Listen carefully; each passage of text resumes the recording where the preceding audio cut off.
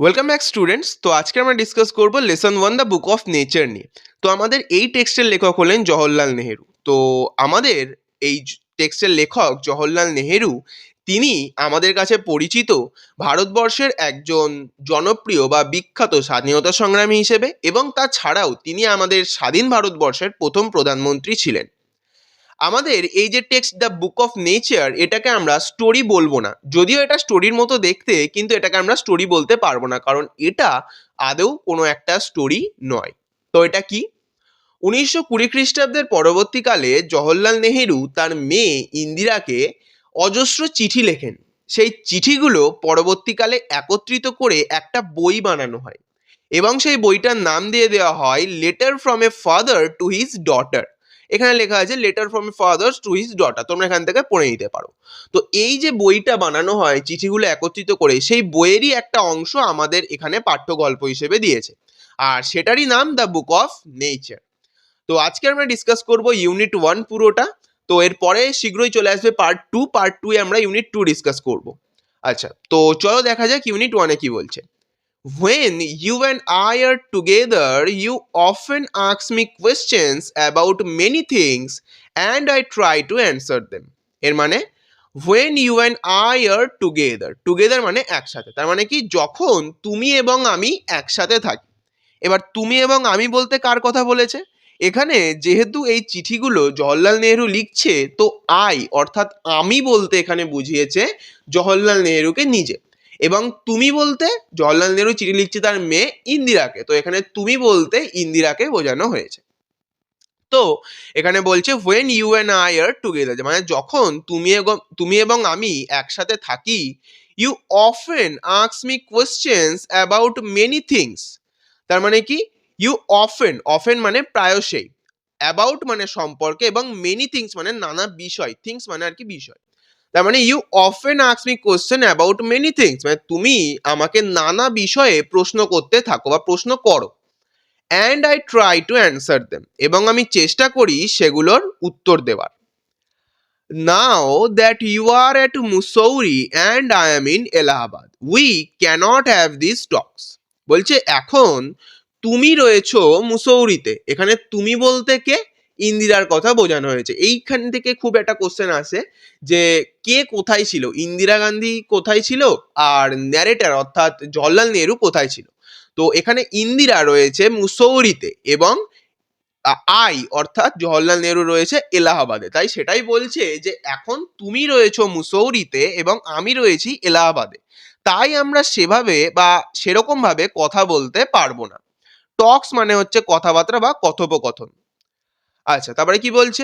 I am therefore going to write to you from time to time shorts accounts of the story of our earth and the many countries great and small into which it is divided. তার মানে কি? I am therefore going to write to you. I am therefore মানে therefore কথার অর্থ হচ্ছে তাই। তাই এখানে এইটার মানে হচ্ছে তাই আমি going to write to you, তোমার জন্য লিখতে যাচ্ছি। গোয়িং মানে আর কি যাচ্ছি। তো I am going to write to you মানে আমি তাই তোমার জন্য লিখতে যাচ্ছি ফ্রম টাইম টু টাইম, সময় সময়। সময় সময় মানে যখন আর কি তিনি সময় পাচ্ছে তখন তিনি লিখছেন, বা যখন কিছু জানতে পারছে তখন তিনি একটু লিখছেন, এরকম করে তিনি আর কি লিখছেন। কি লিখছেন? Shorts accounts of the story of our earth and the many countries. তিনি কি লিখছেন? আমাদের এই পৃথিবীর নানা গল্প এবং আমাদের এই পৃথিবীর মধ্যে থাকা নানা দেশের নানা তথ্য তিনি সেই চিঠিতে লিখছেন। কিভাবে লিখছেন? Shorts accounts of the story. Shorts accounts মানে তিনি আর কি যতগুলো আর কি গল্প, যত তথ্য জানতে পারছেন সেটাকে তিনি শর্টস অ্যাকাউন্টস অর্থাৎ তিনি সংক্ষেপে কিছুটা লিখছেন সেই চিঠির মধ্যে। গ্রেট অ্যান্ড স্মল মানে বড় এবং ছোট সব রকম দেশের, into which it is divided, এবং যত তার ভাগ বা যত ভাগে সেটা বিভক্ত সব কিছুর বিষয়ে তিনি লিখছেন।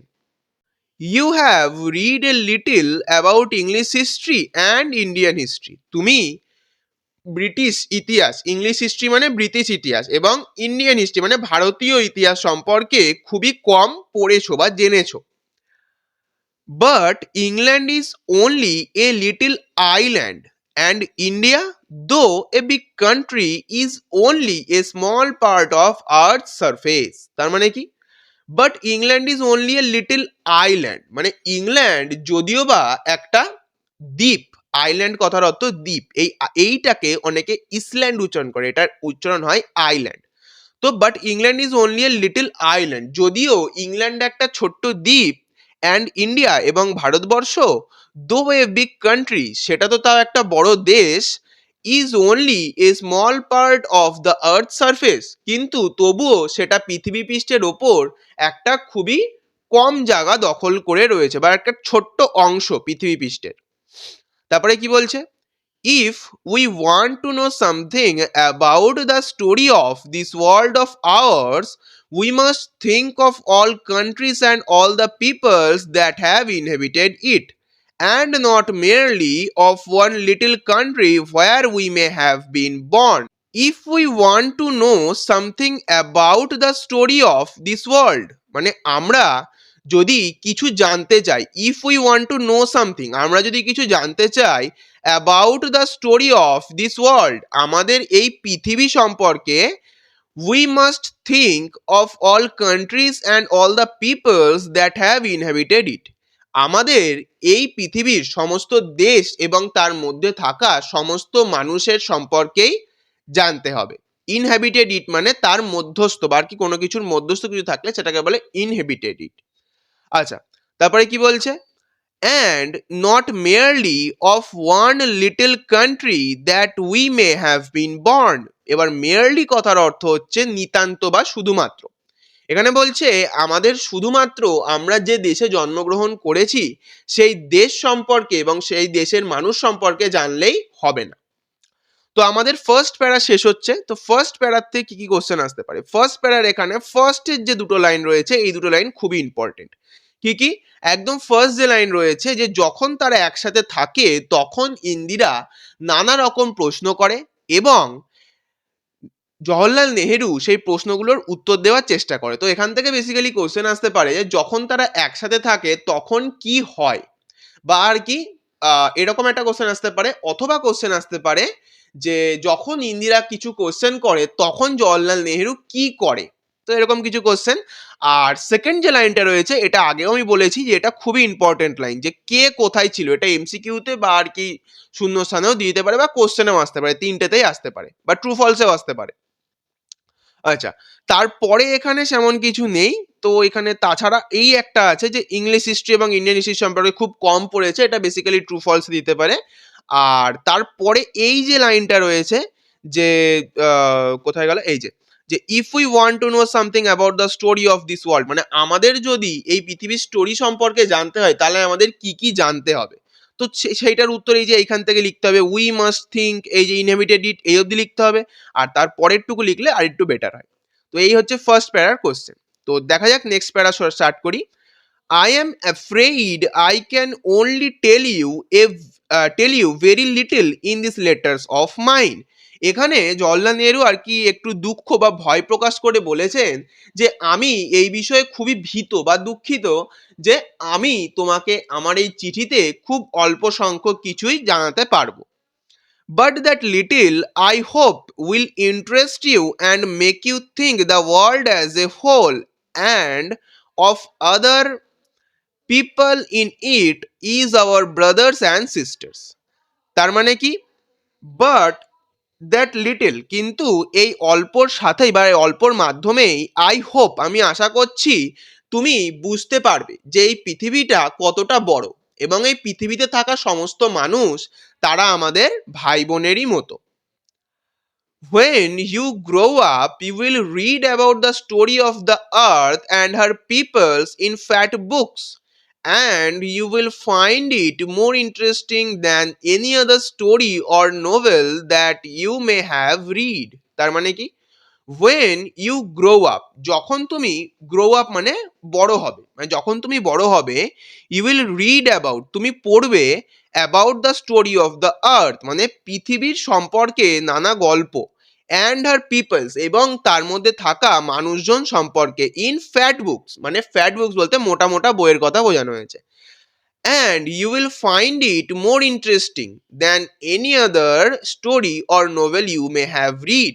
এবং সেই যে স্টোরিগুলো তুমি তখন পড়বে সেই স্টোরিগুলো তোমার আজ অবধি পড়া বা তখন অবধি পড়া অন্য কোনো গল্প বা নোভেলের থেকে বেশি ইন্টারেস্টিং বা আর কি বেশি মজাদার মনে হবে বা লাগবে।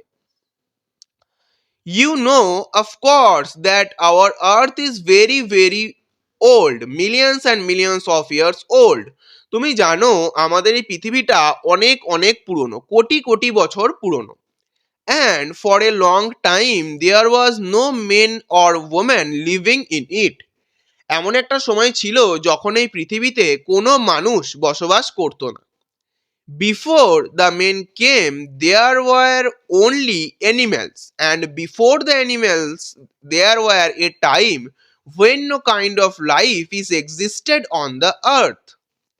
তার মানে মানুষের আসার আগে এই পৃথিবীতে জন্তু জানোয়ারেরা বসবাস করত এবং জন্তু জানোয়ারেরা আসার আগে বা জন্তু জানোয়ারেরা আসার আগে এই পৃথিবীতে কোনো প্রাণের অস্তিত্বই ছিল না।